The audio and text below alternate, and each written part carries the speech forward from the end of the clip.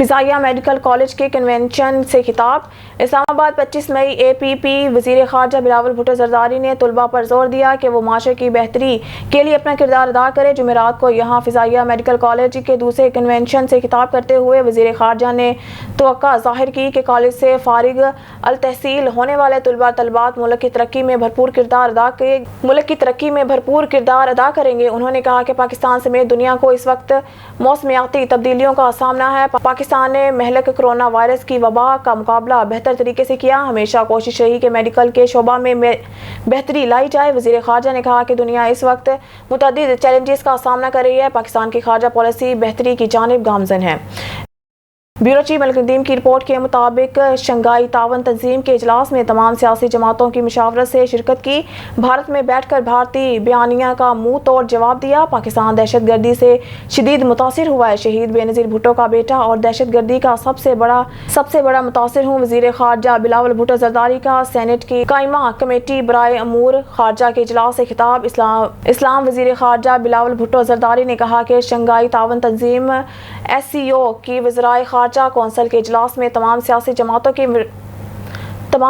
جماعتوں کی مشاورت سے شرکت کی۔ SCO کے اجلاس میں شرکت مفید ثابت ہوئی۔ بھارت میں بیٹھ کر بھارتی بیانیہ کا منہ توڑ جواب دیا۔ پاکستان دہشت گردی سے شدید متاثر ہوا۔ دہشت گردی پوری دنیا، خطہ اور پاکستان کا بھی مسئلہ ہے۔ شہید بے نظیر بھٹو کا بیٹا اور دہشت گردی کا سب سے بڑا متاثر ہوں۔ ان خیالات کا اظہار انہوں نے جمعرات کو سینیٹ کی قائمہ کمیٹی برائے امور خارجہ کے اجلاس سے خطاب کرتے ہوئے کیا۔ سینیٹ کی قائمہ کمیٹی برائے امور خارجہ کا اجلاس پارلیمنٹ ہاؤس میں ہوا۔ اجلاس کی صدارت کمیٹی کے چیئرمین سینیٹر فاروق H نائک نے کی۔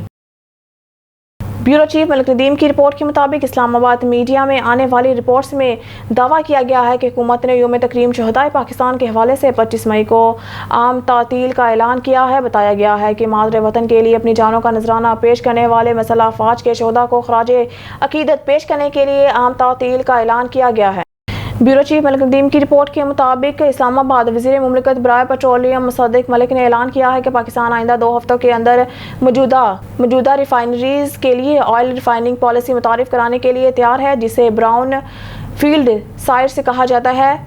ملک نے صحافیوں کے ایک گروپ سے بات کرتے ہوئے انکشاف کیا ہے کہ پالیسی آخری مرحلے میں ہے اور ریفائنریوں کو اپنی فرسودہ مشینری کو بہتر ٹیکنالوجی کے ساتھ اپ گریڈ کرنے کی ترغیب دینے کے لیے مراعات پیش کرے گی۔ انہوں نے کہا کہ اس پالیسی کا مقصد ریفائنریوں کو مختلف مراعات فراہم کرنا ہے، کیونکہ پاکستان کی پیٹرولیم مصنوعات کی طلب اگلے 9 سالوں میں بڑھ کر 33 ملین ٹن تک پہنچنے کی توقع ہے۔ وزیر نے کہا کہ حکومت نے چند دہائیوں میں پہلی بار سرمایہ کاروں کو تیل اور گیس کی تلاش اور ترقی کے لیے کئی آف شور سائٹس پیش کرنے کا فیصلہ کیا۔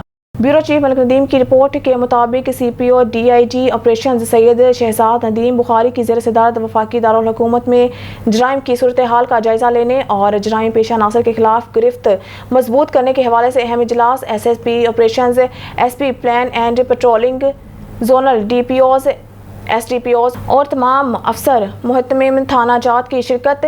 CPO DIG آپریشن اسلام آباد نے ناقص کارکردگی پر 5 تھانہ جات کے افسر محتم تھانہ کو معطل، جبکہ سابقہ افسر محتم تھانہ کھنہ کو اچھی کارکردگی پر شاباش دی۔ انہوں نے افسران کو ہدایات جاری کی کہ پیٹرولنگ کو مؤثر بنائیں اور جرائم پر پوری طرح قابو پانے کے لیے ٹاسک دیے گئے۔ اسلام آباد کیپٹل پولیس شہریوں کی جان اور مال کی حفاظت کے لیے کوئی کسر اٹھا نہیں رکھے گی۔